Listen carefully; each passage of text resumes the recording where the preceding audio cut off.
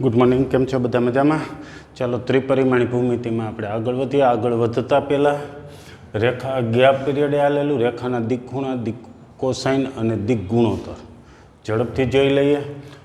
દિક્ખૂણા એ શું છે? તો કોઈ રેખા જો એક્સ અક્ષ સાથે આલ્ફા, વાય અક્ષ સાથે બીટા અને ઝેડ અક્ષ સાથે ગેમા માપનો ખૂણો બનાવે તો આલ્ફા, બીટા, ગેમાને દિક્ખૂણા કહેવાય. ટૂંકમાં યામાક્ષો સાથેના ખૂણા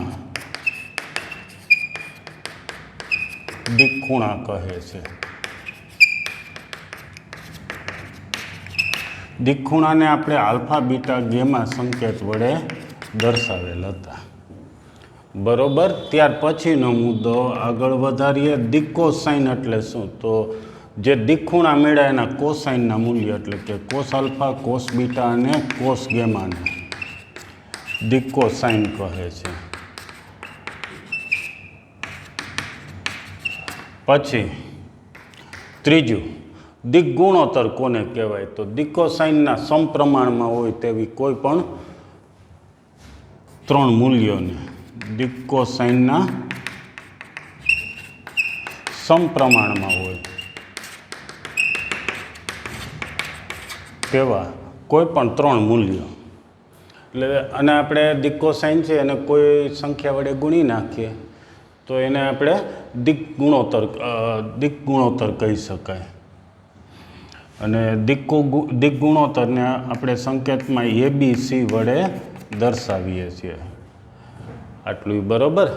ત્યાર પછીનો એક મુદ્દો એવો આવેલો હતો કે બે બિંદુઓ, એક બિંદુ આપણે એ લઈએ x1 y1 z1 અથવા P નામ આપી દઈએ, કાલે નામ આપ્યું તે જ પ્રમાણે x1 y1 z1 અને બીજું બિંદુનું નામ આપીએ Q, એના યામ લઈએ x2 y2 z2. તો રેખા PQના દિગ્ગુણોત્તર મેળવવા છે, દિક્કોસાઇન મેળવવા. સૌ પ્રથમ તો સદિશ PQ મેળવો. કેવી રીતે સદિશ PQ મળે? તો Qના સ્થાન સદિશમાંથી Pનો સ્થાન સદિશ બાદ એટલે x2 - x1i plus y2 - y1j plus z2 - z1 into k. આટલું તો સાવ સહેલું બેઝિક છે, ખૂબ ઉપયોગી છે. છતાં પણ હવે સદિશ ઘણી વખત મેળવે એટલે PQ કેમ મળે? તો Qના સદિશમાંથી Pનો સદિશ બાદ એટલે Qના યામમાંથી Pના યામ બાદ એમ પણ સમજી શકો. બરાબર. તો પછી તમને PQ સદિશનું માન પણ આવડે છે. PQ અંતર એટલે કે PQ સદિશનું માન. સદિશનું માન લઈએ એટલે લંબાઈ મળે. બરાબર.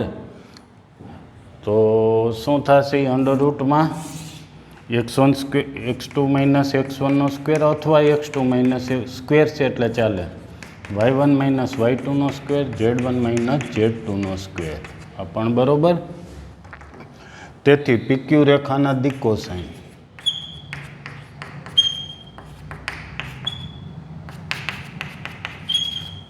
શું થાય? તો આ PQ સદિશ છે એને એના માન વડે ભાગી નાખીએ એટલે કે x2 - x1ના છેદમાં PQ, y2 - y1ના છેદમાં PQ, z2 - z1ના છેદમાં PQ. આટલું બરાબર છે. છેલ્લાની ઉપરના એક્ઝામ્પલ એક જોઈ ગયા હતા. ત્રિકોણના 3 શિરોબિંદુ આપ્યા હતા તો દરેક બાજુને સમાવતી રેખા હોય એના દિક્કોસાઇન મેળવવાના હતા. એટલે આવી રીતે મેળવેલા હતા કે જે બાજુ હોય એમાંથી એનો સદિશ મેળવી લીધો, પછી એનું માન મેળવી લીધું, માન વડે ભાગી નાખીએ એટલે આપણને એના દિક્કોસાઇન મળી ગયા હતા. પછી એક હજી અગત્યનું, PQના દિગ્ગુણોત્તર.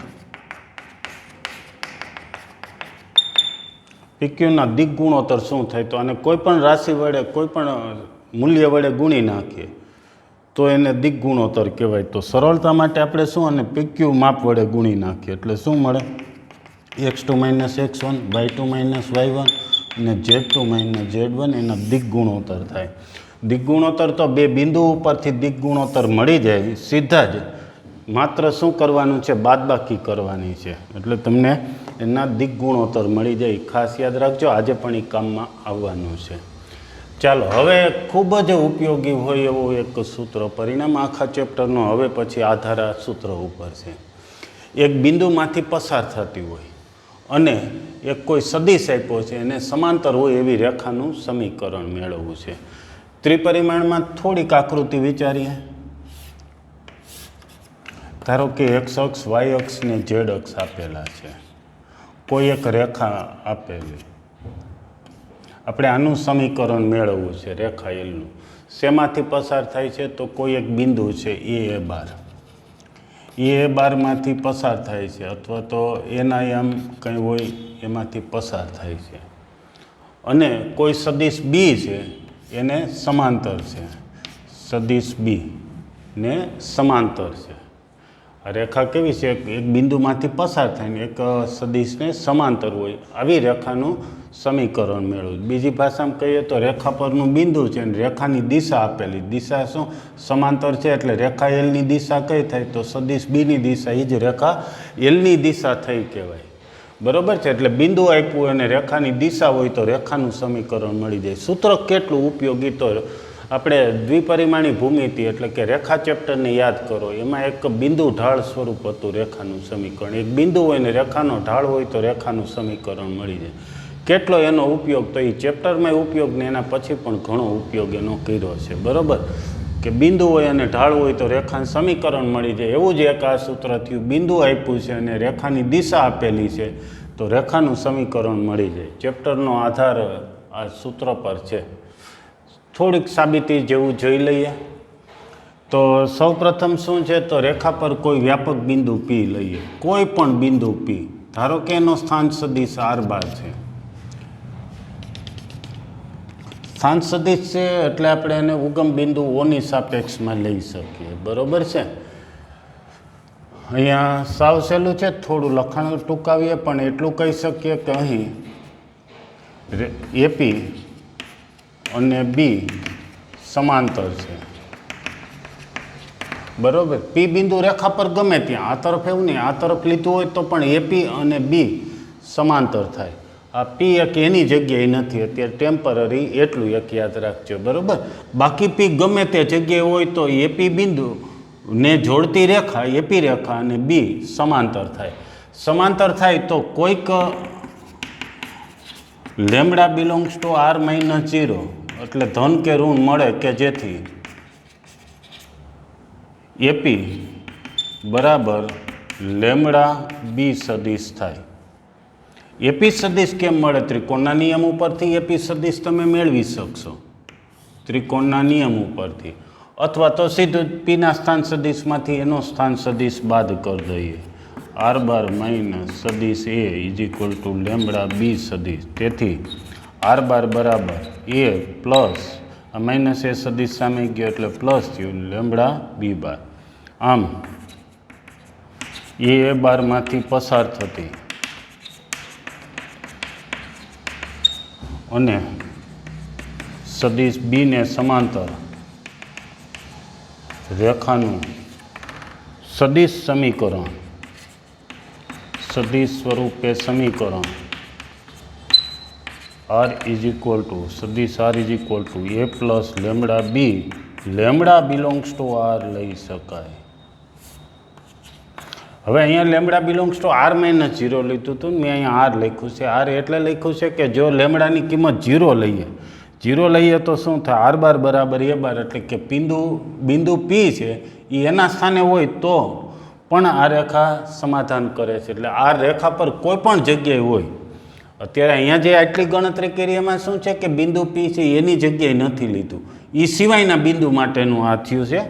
અને બિંદુ પી જો એની જગ્યાએ હોય તો લેમડા 0 મળે છે. એટલે રેખા એટલે બધા બિંદુની વાત કરીએ, બધા બિંદુની વાત કરીએ તો એ બિંદુ પણ આવી જવું જોઈએ. એટલે લેમડા 0 પણ લઈ લીધેલા છે. આટલે સુધી લેમડા 0 સિવાયના, એટલે દિશા સમાન કા વિરુદ્ધ હોય અને સમાંતર છે, બીને સમાંતર રેખા એલ આપેલી છે એટલે દિશા એની બીને સમાંતર છે એટલે કે એની દિશા હોય અથવા એની વિરુદ્ધ દિશા, એટલે લેમડા ધન અથવા ઋણ મળે એવા બધા બિંદુ માટે. પછી પી એ જગ્યાએ હોય તો 0 લેમડા મળે. એટલે દરેક બાબત માટે રેખાનું સમીકરણ આટલું લઈ શકાય. આ સદિશ સ્વરૂપે રેખાનું સમીકરણ છે.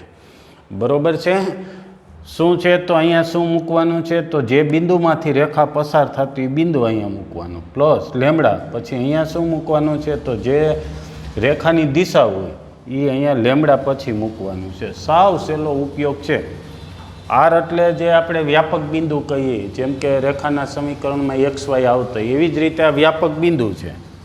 એ તો રહેશે જ। એ બાર એટલે બિંદુ જેમાંથી પસાર થતી બિંદુ અહીંયા મૂકવાનું, લેમડા પછી રેખાની દિશા મૂકવાની છે। ઉલટી રીતે કહીએ તો અહીંયા જે હોય એ રેખા પરનું બિંદુ સમજવાનું, લેમડા પછી જે સદિશ છે એ છે એ રેખાની દિશા સમજવાની, રેખા એ દિશાને સમાંતર છે। બરોબર છે? બંને રીતે સૂત્ર સહિત સમજીને યાદ રાખી લ્યો। સૂત્રનો ખાસ તો આ 2 લીટી યાદ રાખી લ્યો। આ તો મેં સાબિતી થોડી આપી છે। ત્યાર પછી હજી આગળ વધીએ।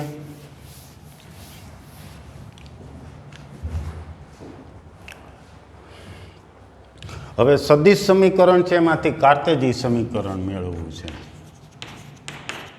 સદિશ સમીકરણમાંથી કાર્તેજી સ્વરૂપે રેખાનું સમીકરણ મેળવવું છે।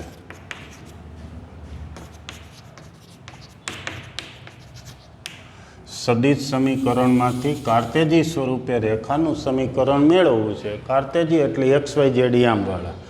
તો આપણે બિંદુ એના યામ x1 y1 z1 લઈ લે, જે જનરલી આપણે દ્વિપરિમાણ ભૂમિતિમાં એના યામ x1 y1 લેતા, હવે આપણે x1 y1 z1 લેશું, કારણ ત્રિપરિમાણ।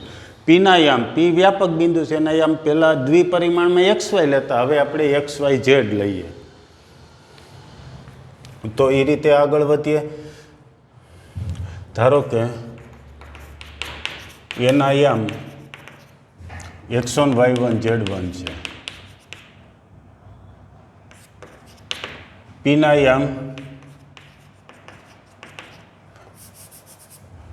યામ પી સ્વૈર બિંદુ છે, કોઈ પણ જગ્યાએ બિંદુ પી રેખા પર હોય, પીના યામ xyz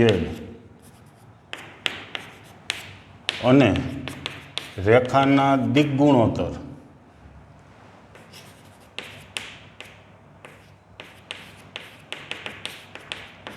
ABC લઈએ। આટલું ધારી લઈએ, રેગ્યુલર જ ધાર્યું છે। એ બિંદુ છે એટલે એના યામ x1 y1 z1 ધાર્યા। પી બિંદુ છે, વ્યાપક બિંદુ છે એટલે એના યામ xy લીધા છે, xyz। અને રેખાના દિગ્ગુણોત્તરોને સામાન્ય રીતે ABC વડે દર્શાવાય એવો આપણો પહેલો ટોપિક જોઈ ગયા હતા, એની ઉપરથી એ જ રીતે લખ્યા છે, દિગ્ગુણોત્તર ABC લેતા। તો ચાલો, તો એ બાર એટલે જે સ્થાન સદિશ છે એનો સ્થાન સદિશ એ બાર શું થાય? તો યામ ઉપરથી લખી શકીએ x1i y1 જે યામ ઉપરથી સ્થાન સદિશ લખવું એટલે સહેલામાં સહેલું, ખાલી આઈ જે કે મૂકી દેવાનું।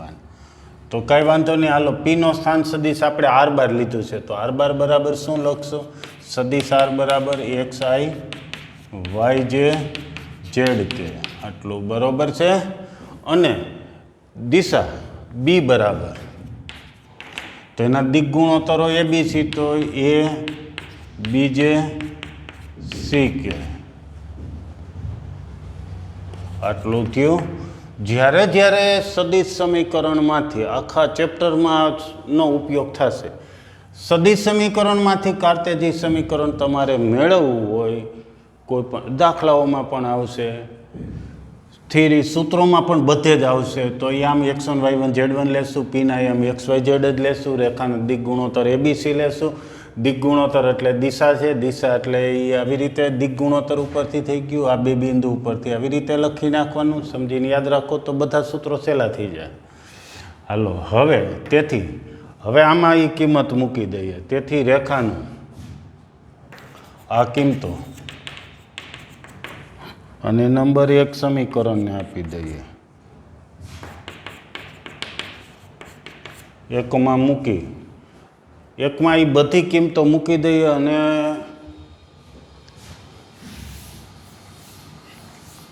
XYZના સહગુણકો સરખાવી દઈએ।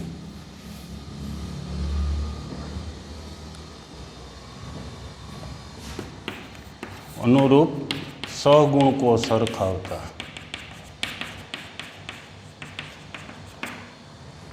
ચાલો આ બધી કિંમત આમાં મૂકી દઈએ, એટલે આર બાર બરાબર 1 મિનિટ એક સ્ટેપ લખી નાખું। આર બાર એટલે શું લખું છું? xi plus yj plus zk બરાબર, હલો અહીંયા મૂકો। હવે એની જગ્યાએ એ બાર એ સદિશ છે ત્યાં શું લખું? x1i y1j z1k plus lambda, પછી શું છે? બી એટલે શું લખું છું? એ આઈ પ્લસ બીજે પ્લસ સી કે. જ્યાં રેખા લખતા એટલે લેખા માટે લેમડા બિલોંગ્સ ટુ આર લખવાની ટેવ રાખવી. ચાલો આ કિંમત મૂકી. હવે અનુરૂપ ઘટકો સરખાવી દઈએ. અનુરૂપ ઘટકો સરખાવીએ એટલે અહીંયા ગુણાકાર કરીએ. લેમડા એ આઈ અને x1 આઈ, એમાંથી આઈ કોમન લઈએ એટલે શું થશે? x1 પ્લસ લેમડા એ આ પહેલાં ઘટક આરે સરખાવીએ એટલે x બરાબર એવું થયું x1 પ્લસ એ લેમડા કે લેમડા એ.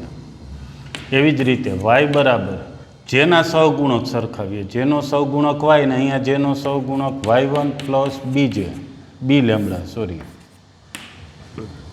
અને કેનો સહગુણક z બરાબર શું થશે? તો z1 કેના સહગુણક z1 પ્લસ લેમડા સી મળે. આ જે પરિણામ મળ્યું છે એને રેખાના આ સમીકરણને રેખાના પ્રચલ સમીકરણ કહે છે. એમાં લેમડાને પ્રચલ કહે છે. પ્રચલ સમીકરણ દ્વિપરિમાણીય ભૂમિતિ રેખા ચેપ્ટરમાં આપણે જેડબલી ભણતા હતા ત્યારે જોઈ ગયા હતા કે એમાં પ્રચલ તરીકે ટી આવતો હતો, અને પછી એ પણ જોઈ ગયા હતા કે એમાં પ્રચલ ટીનો લોપ કરીએ એટલે કાર્તેજી સમીકરણ મળે. એમ જ બસ કોઈ પણ પ્રચલ સમીકરણ હોય, પ્રચલનો લોપ કરો એટલે કાર્તેજી સમીકરણ મળે. એટલે કે દ્વિપરિમાણમાં એક્સ વાયનો સંબંધ દર્શાવતું, ત્રિપરિમાણમાં એક્સ વાય ઝેડનો સંબંધ દર્શાવતું સમીકરણ મળે પ્રચલ લેમડાનો લોપ કરતા. પ્રચલ લેમડાનો લોપ કરીએ તો અહીંયા લેમડા બરાબર શું થાય? તો x1 આ તરફ આવે એટલે x માઇનસ x1 ને એ ગુણાકારમાં એ છેદમાં આવે એટલે x માઇનસ x1 અપોન એ થયું ઇઝ ઇક્વલ ટુ લેમડા મળ્યું છે. લેમડા બરાબર હજી આમાંથી મળશે. શું મળશે? y માઇનસ y1 અપોન બી. એ લેમડા બરાબર અહીંથી મળશે z minus z1 upon C. બધું જ આમાંથી લેમડા, આમાંથી લેમડા ને આમાંથી લેમડા. લેમડા સરખાવી દીધા, લેમડાની જ કિંમતો છે. સાયલન્ટ તરીકે અહીંયા લેમડા લખું છું. સાયલન્ટ એટલે જાણકારી માટે. તો આ રેખાનું કાર્તેજી સમીકરણ છે જે એ x1 y1 z1 માંથી પસાર થતી અને એબીસી દિગ્ગુણોત્તરવાળી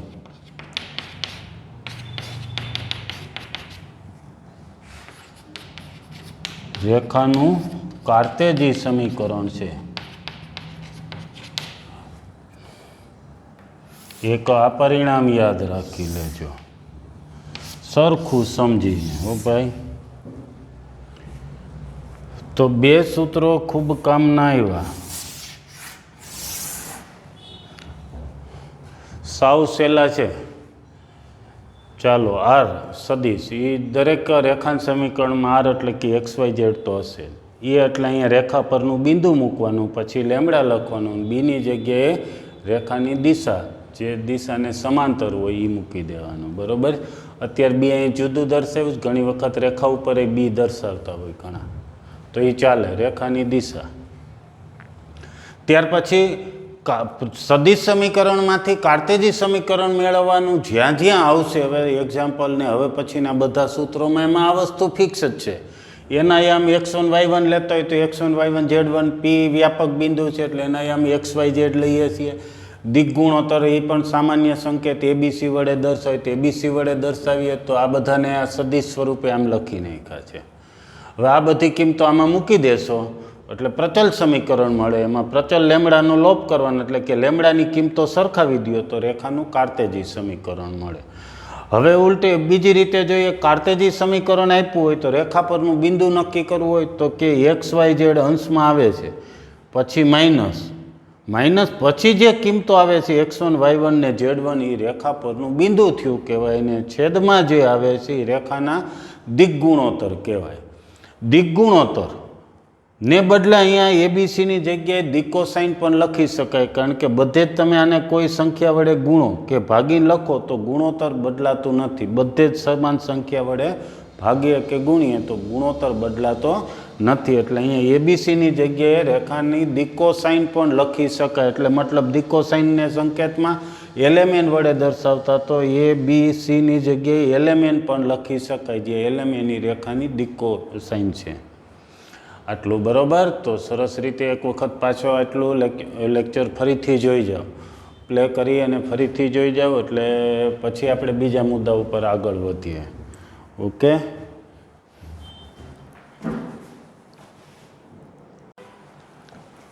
ચાલો, હવે આપેલા બે બિંદુમાંથી પસાર થતી રેખાનું સમીકરણ મેળવવું છે. આ જ સૂત્રના ઉપયોગથી થઈ જાય. બે બિંદુઓ હોય તો રેખાના દિગ્ગુણોત્તર મેળવી શકાય. દિગ્ગુણોત્તર અહીંયા એબીસીની જગ્યાએ મૂકી દઈએ તો સૂત્ર થઈ જાય છે. અથવા બીજી રેખાનું સમીકરણ આપણે હમણાં જોઈ ગયા કે સદિશ આર બરાબર, આર એટલે XYZ બરાબર, રેખા પરનું બિંદુ મૂકવાનું પ્લસ લેમડા પછી રેખાની દિશા મૂકવાની. દિશા એટલે દિગ્ગુણોત્તર દર્શાવતો સદિશ. તો દિગ્ગુણોત્તર બે બિંદુમાંથી મળી જાય છે. ચાલો, સાવ સૂત્ર સહેલું છે, એક જ મિનિટ સમજી લઈએ. પહેલાં તો આકૃતિ દોરી નાખીએ છીએ. ત્રિપરિમાણીય અવકાશમાં એક્સ અક્ષ, વાય અક્ષ, ઝેડ અક્ષ લખ્યા. ધારો કે કોઈ એક રેખા છે, રેખા છે બે બિંદુમાં જ પસાર થાય એવું રકમમાં લખ્યું છે. આપેલ બે બિંદુમાંથી પસાર થતી. ધારો કે બિંદુ પહેલું એક એ બાર લઈએ છીએ, એટલે કે બિંદુ એ છે એનો સ્થાન સદિશ એ બાર છે. બીજું બિંદુ બી લઈએ, એનો સ્થાન સદિશ બી બાર છે. રેખા પર વ્યાપક રીતે કોઈ બિંદુ પી લઈએ, પીનો સ્થાન સદિશ આર બાર. બરાબર છે. તો અહીંયા એપી અને એબી સમાંતર થાય. સમાંતર થાય એટલે કોઈક લેમડા એવો મળે કે એપી બરાબર લેમડા ઇન્ટુ એબી થાય. બે સમાંતર એટલે કોઈક અદિશ મળે. આટલું બરાબર. એપી કેમ મળે તો આર માઇનસ એ સદિશ. પીના સ્થાન સદિશમાંથી એનો સદિશ બાદ કરો એટલે એપી મળ્યો. ચાલો, એ જ રીતે એબી કેમ મળે? બીના સ્થાન સદિશમાંથી એનો સદિશ બાદ કરીએ. ત્યાર પછી માઇનસ એને સામે લખી નાખીએ એટલે a plus lambda b minus a, lambda belongs to R, એ રેખાનું સદિશ સ્વરૂપે સમીકરણ મળ્યું. આ સમીકરણ છે બે બિંદુમાંથી પસાર થતી રેખાનું સમીકરણ થયું. પહેલું જે લખ્યું એના જેવું જ છે.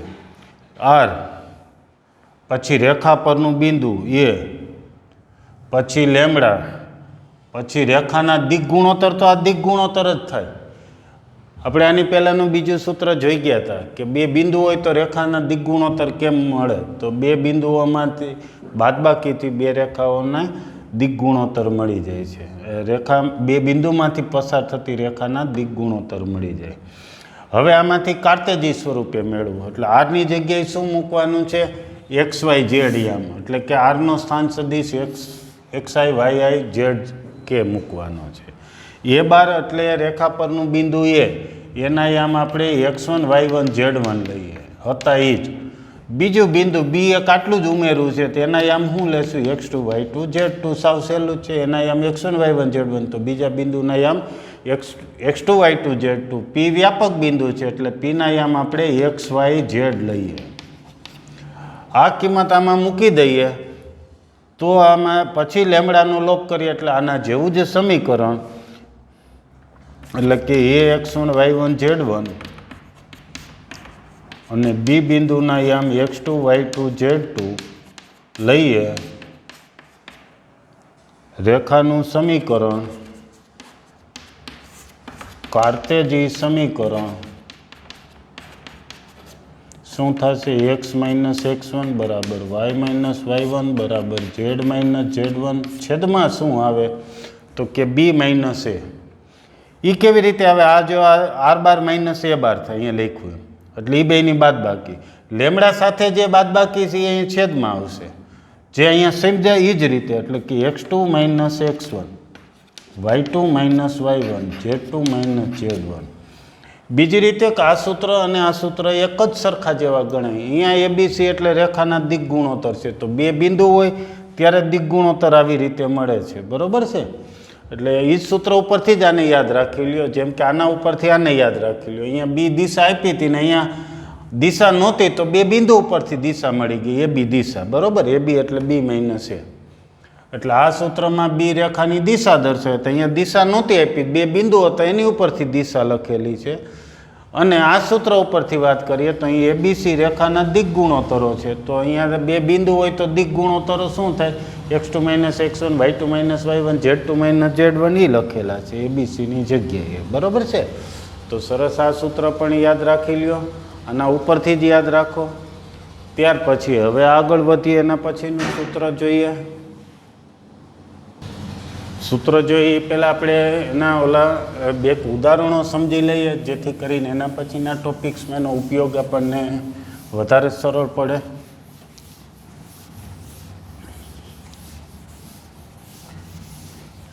જે પ્રકારના એક્ઝામ્પલ આપેલા જ છે, જો કે ટેક્સ્ટ બુકમાં. ધારો કે આવું લખેલું છે, એ 1 2 3માંથી પસાર થતી અને 3i + 4j + 5k સદિશને સમાંતર રેખાનું સમીકરણ મેળવો. ચાલો, આ સૂત્ર જેવું થયું. એક બિંદુમાંથી પસાર થઈને એક સદિશને સમાંતર રેખાનું સમીકરણ. આ રહ્યું સૂત્ર. પહેલાં આર લખી નાખો. આ સદિશ સમીકરણ લખીએ, બરાબર? આર પછી અહીં એક બિંદુ આવશે. સદિશ સ્વરૂપે લખતા હોય ત્યારે આનો સદિશ લખીએ i + 2j + 3k. બિંદુમાં પસાર થાય એટલે બિંદુનો સ્થાન સદિશ આ રીતે થયો. Plus lambda. પછી શું મૂકવાનું છે? સદિશ બી. બી એટલે જે સદિશની રેખા સમાંતર છે તે સદિશ, એટલે 3i + 4j + 5k lambda belongs to R. સમજીને, બરાબર છે? આ સૂત્રમાં એની જગ્યાએ જે બિંદુમાંથી પસાર થાય છે એ બિંદુનો સ્થાન સદિશ લખો. લેમડા પછી બીની જગ્યાએ શું લખવાનું છે? રેખાની દિશા દર્શાવતો સદિશ, અથવા દિક ગુણોત્તર આપ્યા હોય તો પણ આ લખી શકાય. અને બદલે ધારો કે એમ લખ્યું હોય કે રેખાના દિક ગુણોત્તર 3 4 5 હોય. દિક ગુણોત્તર 3 4 5 એટલે આ એની દિશા થઈ ગઈ. બી બરાબર આ લખી નાખો. ત્યાર પછી કાર્તેજી સમીકરણ. આ સદિશ સમીકરણ, હવે કાર્તેજી સમીકરણ. કાર્તેજી સમીકરણ શું હતું? આના જેવું જ. x - x y z પછી માઇનસ પછી x1 y1 z1 એ શું લખવાનું છે? એના બિંદુ. તો ચાલો કાર્તેજી સમીકરણ x - y - z - ચાલો આટલું, બરાબર. પછી શું લખવાનું છે? x1 y1 z1 એટલે બિંદુ 1 2 3. છેદમાં શું લખવાનું છે? રેખાના દિક ગુણોત્તર. દિક ગુણોત્તર દિશા ઉપરથી મળે 3 4 5. ઉલટી રીતે હવે રેખાનું કાર્તેજી સમીકરણ આપ્યું, સદિશ લખવું હોય તો શું કરવાનું છે? તો r બાર લખવાના. પછી એ એટલે રેખા પરનું બિંદુ ક્યાં હોય? તો માઇનસ પછી જે સંખ્યા આવે છે 1 2 3 એ અહીંયા લખી નાખશું. 1 2 3 બિંદુનો સ્થાન સદિશ.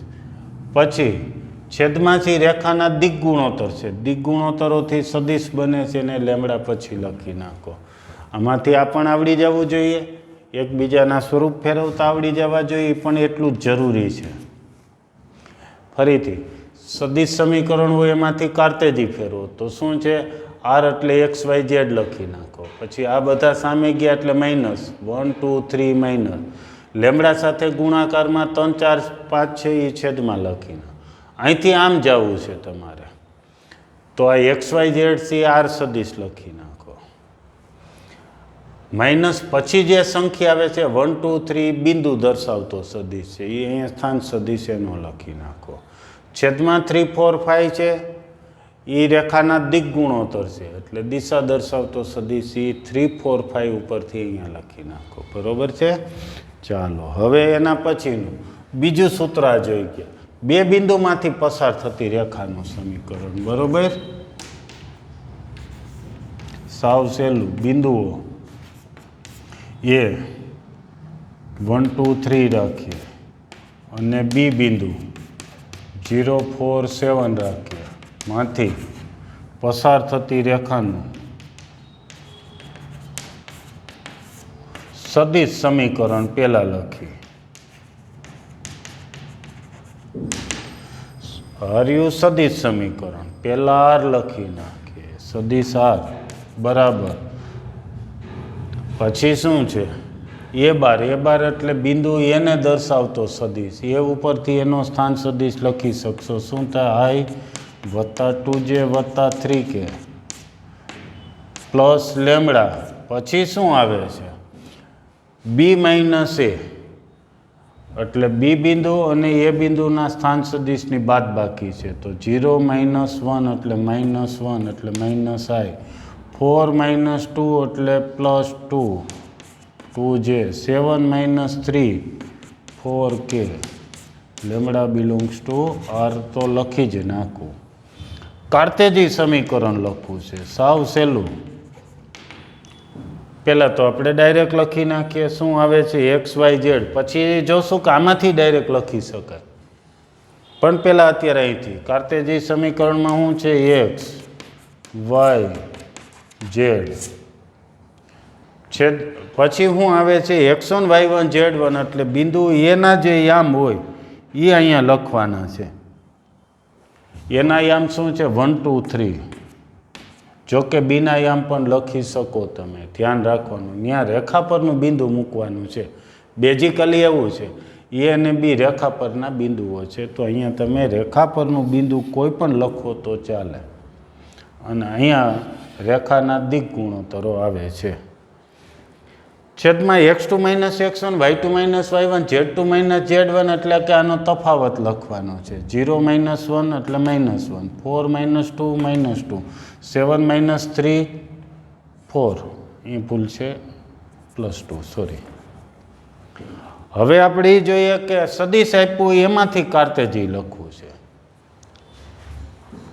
સદિશમાંથી કાર્તેજી કેમ લખવું તો સાવ સહેલું r એટલે XYZ છે આ સદિશ અહીંયા પ્લસ છે એ સામે જાય તો માઇનસ એટલે અહીં XYZ માંથી આ બાદ કરીને લખવાના છે 1 2 3 એ આવી ગયું પછી લેમડા સાથે જે આ સંખ્યા છે ગુણાકારમાં એ સામે છેદમાં જશે એટલે -1 2 અને 4 અહીંથી આમ લખવું છે તો પણ સાવ સહેલું જ છે સદિશ કાર્તેજીમાંથી સદિશ લખવું છે આપણે હવે ઉલટું ફેરવવું છે ક્યારે એવું પૂછ્યું કે આ કાર્તેજી સમીકરણ છે એનું સદિશ સ્વરૂપે સમીકરણ લખો તો સૌપ્રથમ XYZ ને બદલે r બાર લખી નાખો બરોબર વ્યાપક બિંદુ દર્શાવતો સદિશ પછી અહીં માઇનસ પછી એ બિંદુ છે એને દર્શાવતો સદિશ અહીંયા લખી નાખો છેદમાં છે એ દિગ્ગુણોત્તર છે રેખાના એ દિગ્ગુણોત્તર અહીંયા લખી નાખો બરોબર છે તો સાવ સહેલું છે આટલો વિડીયો એટલા બે ઉદાહરણ ને આ સૂત્રો ઉપરનું ફરીથી એક વખત રિપીટ કરી જાઓ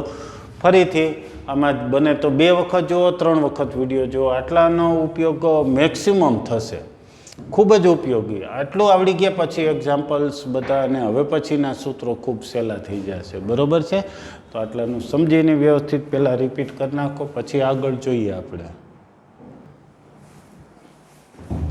ચાલો ત્યાર પછી હવે બે રેખાઓ વચ્ચેનો ખૂણો ખૂબ જ સરસ મુદ્દો અગાઉ આપણે જોઈ ગયા હતા સમતલમાં કે બે રેખાઓ વચ્ચેનો ખૂણો કોને કહેવાય તો જેમ કે અહીં સમતલમાં બે રેખા દોરું તો 4 ખૂણાઓ બને છે 4 ખૂણાઓ પૈકી એકરૂપ લઘુકોણ અભિકોણની જોડ આમાંથી એક જોડ ગુરુકોણની હશે અને એક જોડ છે એ લઘુકોણની છે તો લઘુકોણની જોડ છે એને રેખાઓ વચ્ચેનો ખૂણો કહેવાય એટલે જ્યારે રેખાઓ વચ્ચેનો ખૂણાની વાત આવે ત્યારે લઘુકોણ એટલે 0 થી 90 વચ્ચે એટલે કોસનું મૂલ્ય એમાં ધન હોય સાઈન તો ધન જ હોય કોસ પણ ધન હોય અને બે સદિશો વચ્ચેના ખૂણાની વાત કરીએ એ પણ ભેગું કહી દે તો સદિશો વચ્ચેનો ખૂણો લઘુકોણય હોય અને ગુરુકોણય હોય સદિશો વચ્ચે અને રેખાને બે દિશા છે એટલે આપણે લઘુકોણ જ લેશું એક ગુરુકોણ બને એક લઘુકોણની જોડ બને લઘુકોણની જોડ છે અને બે રેખા વચ્ચેનો ખૂણો કહેશું આપણે બરોબર સદિશો વચ્ચેનો ખૂણો થીટા સી 0 થી પાઈ વચ્ચે આવે એટલે લઘુકોણ કે ગુરુકોણ કે કોટિકોણ કોઈ પણ હોઈ શકે જ્યારે રેખા વચ્ચેનો ખૂણો છે એ લઘુકોણ લેશું એટલે બે રેખાઓ જ્યારે સમાંતર હોય ત્યારે એમની વચ્ચેનો ખૂણો 0 લેવાય લંબ હોય ત્યારે એની વચ્ચેનો ખૂણો π/2 અને બાકી એની વચ્ચેનો ખૂણો કેમ મેળવવો એ હવે જોઈએ તો ચાલો ધારો કે રેખા બે આપી છે, ધારો કે રેખા L1, બે રેખા ધારી લઈએ છીએ. ધારો કે પહેલી રેખા L1 નું સમીકરણ R બરાબર A plus lambda A1 lambda B1 સદિશ લેમડા બિલોંગ્સ ટુ R આવી એક પહેલી રેખા લઈએ. બીજી રેખા L2 લઈએ. આવું જ સમીકરણ થયું છે, પણ બે રેખા છે એટલે A1 B1 એવા પ્રકારે આમ સ્થાન બિંદુ દર્શાવતા સદિશો અને દિક ગુણોત્તરો લીધા. બીજી રેખા R બરાબર, જોજો ત્યાં R1 ને R2 નથી લખ્યા આપણે. R શું છે? તો બિંદુ, વ્યાપક બિંદુ છે, XYZ ના સ્થાને છે, એટલે XYZ તો રેખાના સમીકરણમાં રહેશે, એટલે R તો એમનામ જ રહેશે. બીજી રેખા પરનું બિંદુ પ્લસ લેમડા બીજી રેખાના દિક ગુણોત્તરો. લેમડાને બદલે ઘણી વખત અહીં બીજો મ્યુ એવું પણ લખતા હોય તો મ્યુ બિલોંગ્સ ટુ R. જે લખો એ અદિશ બિલોંગ્સ ટુ R. ચાલો, તો પહેલી રેખા છે એવી જ આપણે બીજી રેખા ધારી. ધારો કે બે રેખા વચ્ચેનો લઘુકોણ થીટા છે. ધારો કે આ બે રેખા વચ્ચેનો લઘુકોણ થીટા છે. તો કોસ થીટાનું સૂત્ર અગાઉ હતું એવું જ. બે સદિશો જ્યારે ધારો કે B1 B2 સદિશ હોય તો સૂત્ર શું હતું? તો B1 dot B2 upon B1 નું માન B2 સદિશનું માન. એવું જ અહીંયા બે દિશાઓ B1 ડોટ B2 છેદમાં B1 નું માન B2 નું માન. એક ફેરફાર આવે છે સદિશો વચ્ચેના ખૂણાનું. મેં તો આ સૂત્ર લખ્યું, મારે તો હવે રેખાઓ વચ્ચેનો ખૂણો, એટલે એની દિશાઓ B1 અને B2, એમાંથી તો મારે માત્ર લઘુકોણ જ જોઈએ છીએ. લઘુકોણ જોઈએ છીએ તો શું કરું? તો કોષનું મૂલ્ય ધન આવે એવી ગોઠવણી કરી દો એટલે લઘુકોણ થઈ ગયો છે. બસ આટલું જ. બે રેખાઓ વચ્ચેનો ખૂણો શોધવાનું સૂત્રમાં કંઈ જ નવું નથી. બે સદિશ વચ્ચેનો ખૂણો શોધતા એવી જ રીતે છે, પણ અહીંયા ખાલી એક માનાંક આવે છે. એ એક ખાસ ધ્યાન રાખજો. માનાંક શેનો છે? તો લઘુકોણ થીટા છે. હવે રેખા વચ્ચેનો ખૂણો એટલે લઘુકોણ છે. હવે આપણે દિશાઓ, બિંદુઓ, જો રેખાઓના દિક ગુણોત્તરો આપેલા હોય, ધારો કે આ B1 સદિશ છે, એનો દિક ગુણોત્તર આપણે A1 B1 C1 લઈએ.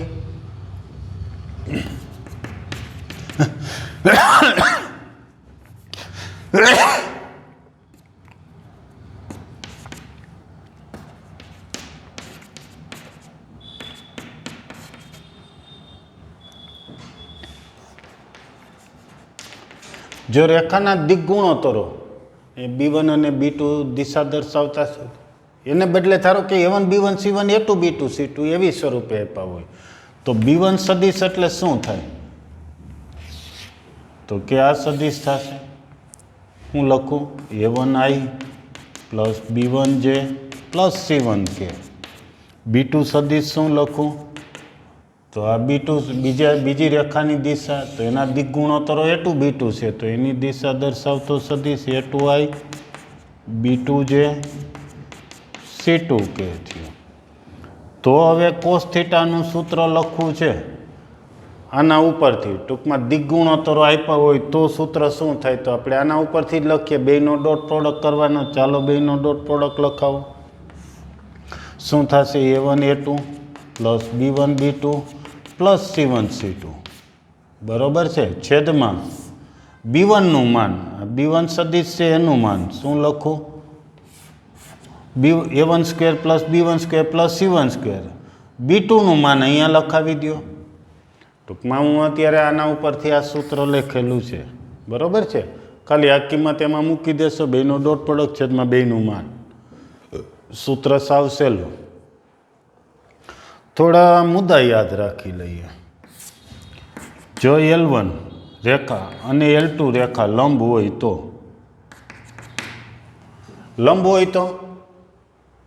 તો કે આ દિક ગુણોત્તરો એના દિશા દર્શાવતા સદિશો લંબ થાય કે બિંદુ લંબ થશે, રેખા લંબ હોય તો બિંદુ લંબ થશે, રેખા પરના બિંદુ લંબ થશે કે એની દિશાઓ લંબ થાય. દિશાઓ જો લંબ થાય દેખીતું જ છે તો એમનો ડોટ પ્રોડક્ટ 0 થાય. B1 ડોટ B2 બરાબર 0. સાવ સહેલું સિમ્પલ યાદ રાખી લ્યો, કંઈ જ અઘરું નથી. રેખા લંબ હોય તેની દિશાઓ લંબ હોય, દિશાઓનો ડોટ પ્રોડક્ટ 0. બીજી રીતે દિક ગુણોત્તરો, તો દિક ગુણોત્તરો અહીંથી પણ કિંમત મૂકી શકો તો શું થાય? A1 A2 plus B1 B2 plus C1 C2 બરાબર 0. બીજી રીતે A1 B1 A1 A2 plus B1 B2 plus C1 C2 બરાબર 0 થશે. સમાંતર હોય, હજી એક મુદ્દો યાદ કરી લઈ. L1 સમાંતર L2 હોય, બે રેખા સમાંતર હોય તો સમાંતર હોય તો દિશાઓ સમાંતર થાય એટલે એના દિગ્ગુણોત્તરો છે એ સમપ્રમાણમાં હોય. એટલે A1 upon B1 A1 upon A2 બરાબર B1 અપોન B2 બરાબર C1 અપોન C2. સાવ સહેલું છે. સમાંતર હોય એટલે દિગ્ગુણોત્તરો સમપ્રમાણમાં હોય. બરાબર, સમપ્રમાણમાં હોય એટલે એનો ગુણોત્તર સરખો થાય. બીજી રીતે ખૂણો શૂન્ય થાય, ખૂણો શૂન્ય થાય એના ઉપરથી પણ એ પરિણામ મળી જશે. ચાલો તો આટલું થયું. પરિણામ સાવ સહેલું છે. સદિશ વચ્ચેનો ખૂણો શોધવાનું સૂત્ર, એમાં થોડુંક ખાલી માનાંક મૂકી દો. બીજું એક ટૂંકમાં યાદ રાખો, રેખા વચ્ચેનો ખૂણો શોધવો એટલે એની દિશા દર્શાવતા સદિશ છે એની વચ્ચેનો ખૂણો શોધવાનો છે. બસ આટલું જ. પછી તો આગળ જે સદિશ વચ્ચેનો ખૂણો મેળવતા એ જ સૂત્ર ને એ જ રીત. આ તો સિમ્પલ છે. લંબ હોય એટલે દિશાઓ લંબ એટલે એનો ડોટ પ્રોડક્ટ 0, તો ડોટ પ્રોડક્ટ 0 લખ્યું છે. B1 ડોટ B2 બરાબર 0, અથવા તો અહીંથી B1 ડોટ B2 એટલે બીજી રીતે આમ મળે. આ સૂત્ર મોટું ભલે રહ્યું, કંઈ યાદ રાખવું અઘરું નથી. બસ આને જ યાદ રાખો, એનો જ આ સૂત્ર છે કે બેનો ડોટ પ્રોડક્ટ છેદમાં બેનું માન છે. મોટું સૂત્ર યાદ રાખવું કંઈ ભારે નથી. સમાંતર હોય તો દિક ગુણોત્તરો સમપ્રમાણમાં હોય. બરોબર છે. સરસ સૂત્ર છે પાંચમું. ચાલો પાંચમા પછી છઠ્ઠું. બે રેખાઓ વચ્ચેનું લઘુત્તમ અંતર. બે રેખાઓ વચ્ચેનું લઘુત્તમ અંતરનું સૂત્ર. સૂત્ર લઈએ એ પહેલાં એક જે આપણે છેલ્લે દાખલો સૂત્ર ચલાવ્યું છે એનું એક એક્ઝામ્પલ જોઈ લઈએ. બે રેખાઓ વચ્ચેનો ખૂણો શોધવાનો. ધારો કે બે રેખાઓ આપેલી છે. રેખા L1 છે, ધ્યાન રાખજો એક્ઝામ્પલ જુદી જુદી રીતે સમજી લે, સ્વાધ્યાય સાવ સહેલું થશે. ધારો કે એક રેખા આવી આપી છે, જુદા જુદા સ્વરૂપે સમજવાના છીએ. એક જ દાખલામાં ઘણું બધું આવી જશે. 3i - j + 4k plus lambda i + j + k. બીજી રેખા L2 આપી છે. ધારો કે આવી છે 2i + 3j - 5k પ્લસ લેમ્બડાને બદલે બીજું કંઈ મ્યુ રાખી, મ્યુ 3i + 4j - k. એ lambda belongs to R, mu belongs to R. વચ્ચેનો ખૂણો શોધો.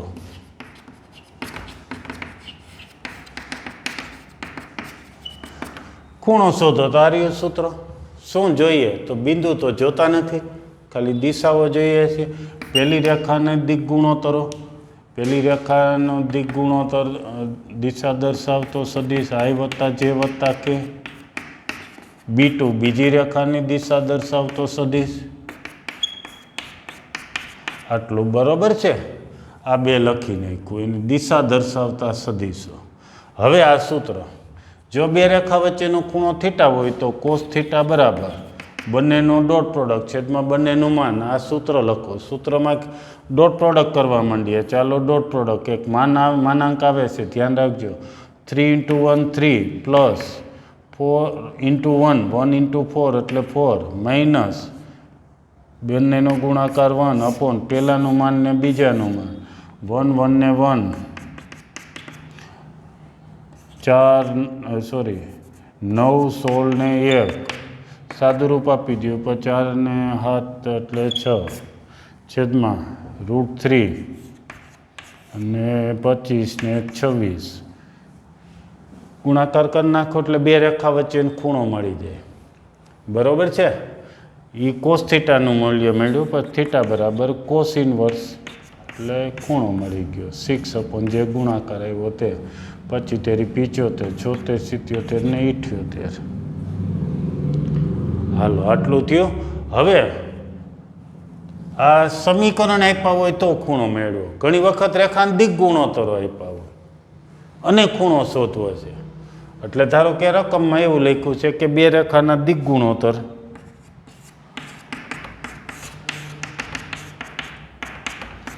વન 2 3 અને 4 5 1 દિગ્ગુણોત્તર હોય તેવી રેખા વચ્ચેનો ખૂણો શોધો. તો આ તો સાવ સહેલું થઈ જાય. શું છે આ જ સૂત્ર? પહેલાં B1 એટલે શું લખીએ? B1 એટલે I + 2j + 3k. આ બીજી રેખાની દિક્કો છે ને એના ઉપરથી B2 બરાબર 4i 5j ને k. આ સૂત્ર લખી કિંમત મૂકી દો, અથવા એમ ન લખવું, સીધું આ સૂત્ર લખો ને એમાં કિંમત મૂકી દો. અનુરૂપ ઘટકોનો ગુણાકાર છે. બરાબર છે. પહેલાં પછી બીજા પછી ત્રીજા. સૂત્ર કંઈ જ અઘરું નથી. એક વખત માત્ર ઉપયોગ શરૂ કરી દો, બધું સહેલું થઈ જાય. કોસ થીટા બરાબર અનુરૂપ ઘટકોનો ગુણાકાર 4 10 ને 3 4 10 ને 3 છેદમાં પહેલાંનું માન બીજાનું માન, એટલે પહેલાંનું વર્ગમૂળમાં વર્ગોનો સરવાળો, બીજાના વર્ગમૂળમાં વર્ગોનો સરવાળો. આમ પણ લખી શકો છો. બરાબર. સૂત્ર પણ સમજીને તૈયાર કરવું. ત્યાર પછીનું હવે આપણે સૂત્ર કયું કીધું? બે રેખાઓ વચ્ચેનું લઘુત્તમ અંતર મેળવવું. સહેલું છે.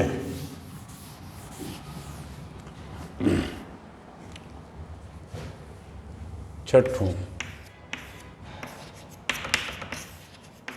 બે રેખાઓ વચ્ચેનું લઘુત્તમ અંતર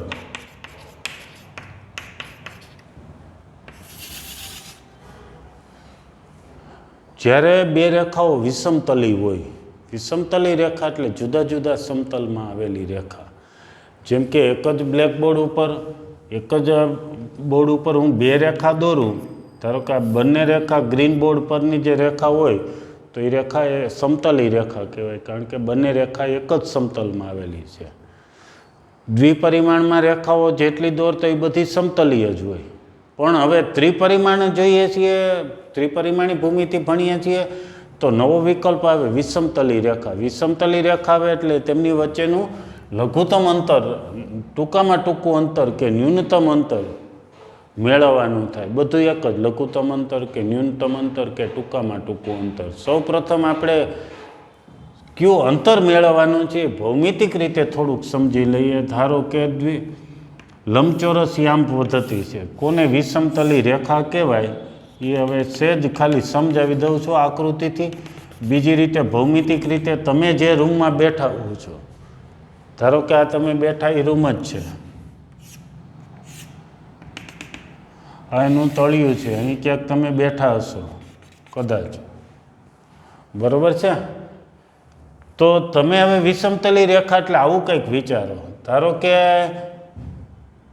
આ ચોથ છે, એમના બે વિકર્ણો પૈકી કોઈ પણ એક વિકર્ણ લીધો તો એ એક, અને એક અહીંથી કોઈ ધાર લઈએ અથવા આને પણ જોડી શકો છો. આ રેખા સાથે આ રેખા વિષમતલી થઈ, કારણ કે આ ઉપરના સમતલમાં આવેલું છે. જ્યારે આ આપણે એક દિવાલ પરની બીજી દિવાલ પરની રેખા છે કે આ રેખાને છેદવાની પણ નથી અને એના સમતલમાં પણ નથી. આ એક ધાર મેં લીધી છે. ધાર એટલે અત્યારે આપણે રૂમ બેઠા છીએ તો રૂમનો કોઈ એક ખૂણો સમજીએ, અને એક વિકર્ણ આમ છે અને એક ધાર આમ રાખેલી છે. તો એ બંને રેખાઓ વિષમતલી રેખા થઈ, જુદા જુદા સમતલમાં આવેલી રેખાઓ છે. બરાબર છે. તો હવે એમની વચ્ચેનું અંતર, તો અગાઉ પહેલાં વાત કરીએ સમતલીમાં, એક સમતલમાં હોય તો બે રેખાઓ વચ્ચેનું અંતર, તો કે સમાંતર રેખા હોય તો અંતર મેળવતા જ. અને એ ગમે ત્યાંથી મેળવો એ લંબ અંતર સરખું જ થાય, એટલે એને આપણે માત્ર લંબ અંતર કહેતા. કેવી રીતે લંબ અંતર કહેતા? તો કોઈ એક રેખા પરના બિંદુથી બીજી રેખા સુધીનું લંબ અંતર એને કહેવાય બે સમાંતર રેખા વચ્ચેનું લંબ અંતર. જ્યારે અહીંયા શું બને છે તો કે હવે આપણે આ રેખા જે વિચારીએ છીએ, બે રેખાને ધ્યાનમાં રાખીએ. ધારો કે એક રેખા એ ને એક રેખા જુદા જુદા સમતલમાં આવેલી રેખા છે, તો એમાં પહેલી રેખા પર કોઈ બિંદુ પી એવું મળે, બીજી રેખા ઉપર બિંદુ ક્યુ કોઈ એવું મળી શકે કે તે અંતર ટૂંકામાં ટૂંકું હોય અને એકબીજાને લંબ પણ હોય. એ અંતર ટૂંકામાં ટૂંકું હશે, એ બંનેને લંબ પણ હશે. જે જ 3 ડાયમેન્શનમાં તમે જે બેઠા છો રૂમમાં, એ જ રૂમમાં વિચારો. અત્યારે તમે સામે નથી એટલે રૂમનું ઉદાહરણ સમજાવી તમારે પોતાએ જ સમજવાનું થશે કે આ કેવી રીતની વાત આપણે કરીએ છીએ. તો આ અંતર છે એ ટૂંકામાં ટૂંકું હશે અને લંબ પણ હશે. અથવા બીજી રીતે વાત કરું, હવે 1 મિનિટ ધ્યાન રાખો, ફરીથી આ જ વસ્તુ. આ એક આ દિવાલ પરની રેખા છે, આ સમતલ પર આવેલી રેખા. બીજી રેખા હું અહીંથી આમ દોરું છું અવકાશમાં. વિચારો, દોરતો નથી, વિચારો. તો હવે એ બંને જુદા જુદા સમતલમાં આવેલી રેખા છે. તો આ રેખા પર કોઈ બિંદુ પી એવું મળશે ને આ રેખા ઉપર કોઈ બિંદુ ક્યુ એવું મળશે કે જે લંબાઈ હશે અને ટૂંકામાં ટૂંકું અંતર હશે. બાકી આ બિંદુથી આ અંતર કે આ બિંદુથી અહીંયા અંતર એ બધા વધારે હશે. જ્યારે આ ટૂંકામાં ટૂંકું અંતર છે એ લંબાઈ હશે અને એ જ આપણે ન્યૂનતમ અંતર મેળવવાના છીએ કે લઘુત્તમ અંતર મેળવવાના છીએ. ધારો કે બે રેખાઓ ધારી લઈએ છીએ. ધારો કે અહીંયા છે એવી જ બે રેખાઓ લીધી, બરોબર? એમાં જ સમજવાનું શરૂ કરી દઈએ છીએ. હવે આ પૂછી નાખું છું. ધારો કે બે રેખાઓ આ પ્રકારની છે, એની વચ્ચેનું ન્યૂનતમ અંતર મેળવવું છે, લઘુત્તમ અંતર મેળવવું છે, ટૂંકામાં ટૂંકું અંતર મેળવવું છે.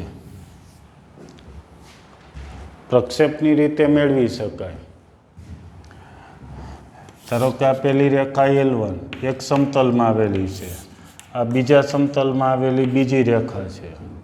અત્યારે તો મારે દોરવા માટે તો એક સમતલ જ લેવું પડે છે, એ આપણે, પણ તમે એમ સમજી લો કે એ રેખા કંઈક આવી રીતની છે. આ બીજી રેખા દોરી, બરાબર? પહેલી ભલે એમને સમતલમાં રહી, એને નથી ફેરવવી, નહીંતર પાછા તમે અવકાશમાં ઉડી જાઓ. પહેલી રેખા ભલે એમને બીજી રેખા આમ દોરેલી છે, તો હવે બીજી રેખા આમ દોરેલી છે તો સમજો કે આ બિંદુ અને આ રેખાનું આ બિંદુ બંને લંબ અંતર થયું ને એ ટૂંકામાં ટૂંકું થાય. બીજું આ રેખા હોય, અહીંથી હું આમ અંતર મેળવવા જાઉં તો એ બધા વધારે થશે. જ્યારે આ બિંદુ આ રેખા જ્યારે મેં આમ વિચારેલી છે એ અહીંયા છેદે છે, એ ટૂંકામાં ટૂંકું અંતર થયું, એ આપણે અંતર PQ મેળવવું છે. બરોબર છે? તો ચાલો, આમ તો પ્રક્ષેપની રીતે મેળવી શકાય છે. અત્યારે સીધું સૂત્ર જ કહી દઉં છું. લઘુત્તમ અંતર PQ બરાબર, હા, અને દર્શાવી દઉં છું. આ પહેલી રેખા પરનું બિંદુ એ S છે,